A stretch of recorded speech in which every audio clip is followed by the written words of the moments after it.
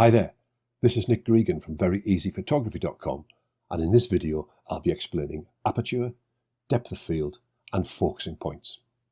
And this is where photography can be really fun and creative. Put quite simply, the term depth of field means how much of the photograph is in focus, and how much of the photograph is in focus is determined by the aperture setting. As I said earlier in these introductory videos, I'm not going to go into the technical aspects of photography. However, a little explanation of how aperture works is required to understand how to get creative with it. The aperture, sometimes called the f-stop, does two things.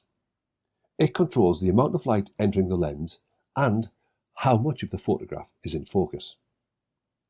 They are measured in standard sizes, generally ranging from f2.8 to f32. There are other sizes too. In this video, we're only going to discuss the aperture in terms of depth of field. Aperture works like this in terms of depth of field. The lower the number, the less that is in focus. That is f2.8.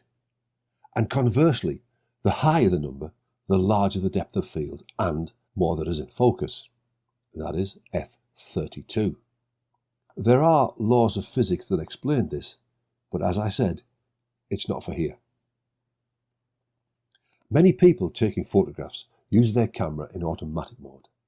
Now this means the camera chooses what it thinks is the right settings, including which aperture in any given set of circumstances.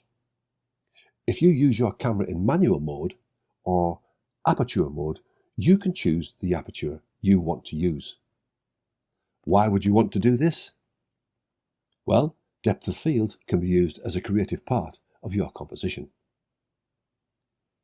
By choosing where the main point of focus is and how much of the photograph is in focus, the photographer can have more creative control and can lead the eye of the viewer to a particular point of interest within the frame. By consciously deciding which point of the photograph are sharply focused or softly blurred, the photographer is making the photo and not taking a snapshot. They are becoming part of it. Have you ever noticed how really eye-catching sports action shots nearly always have a blurred background, emphasizing the main point of the photograph? For instance, a footballer heading the ball or a Formula One car taking a corner at high speed. This is not by chance. This is exactly how the photographer wanted this to appear. Isolating your subject from the surrounding area, particularly the background, is a great way of focusing the eye of the viewer. It also has another benefit. Besides the effect of concentrating the viewer's eye on the subject, it allows any distracting features in the background to be blurred out. Subjects such as sports and portrait photography often benefit from creative use of depth of field. In these examples of roof tiles of a hanok in Seoul in South Korea, you can see different tiles are in focus within each shot. As an extreme example, all of the above shots were taken with an aperture of f2.8, a shallow depth of field, meaning not very much is in focus. In this shot, you can see the first tile is sharp and in focus. Then as you look further along the line of roof tiles, you start to see them become out of focus. They are softer, more blurred as they move further away from the point of focus. In the next shot, the point of focus is in the middle of the line of tiles, and you can notice a sharp line of focus running through the center of the shot.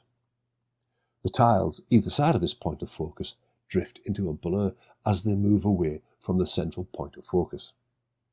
Finally, the last photo has the roof tiles furthest away in focus, showing heavily out of focus tiles in the foreground and slowly drifting more into focus as your eye looks towards the end of the tiles to the focus point.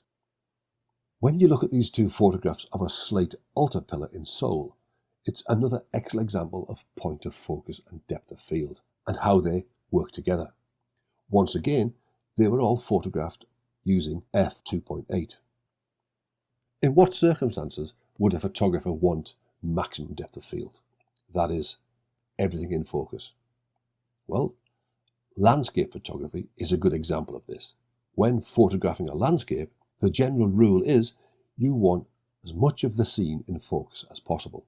In this instance, a large aperture of f/22 or f/32 will give you as much depth of field as possible. It ensures as much of your scene is in focus and can give greater clarity to the photo. Deciding which aperture to use and what point to focus on is all part of the creative process, and these are decisions you make when composing your shot. Two photographers taking the same shot may decide to use depth of field and point of focus completely differently, delivering two variations of the same scene. Well, I hope you enjoyed this brief introduction to aperture and depth of field. Join me in the next video where we'll be talking about making, not taking a photograph. This is Nick Gregan for VeryEasyPhotography.com. Thanks for watching and see you in the next video.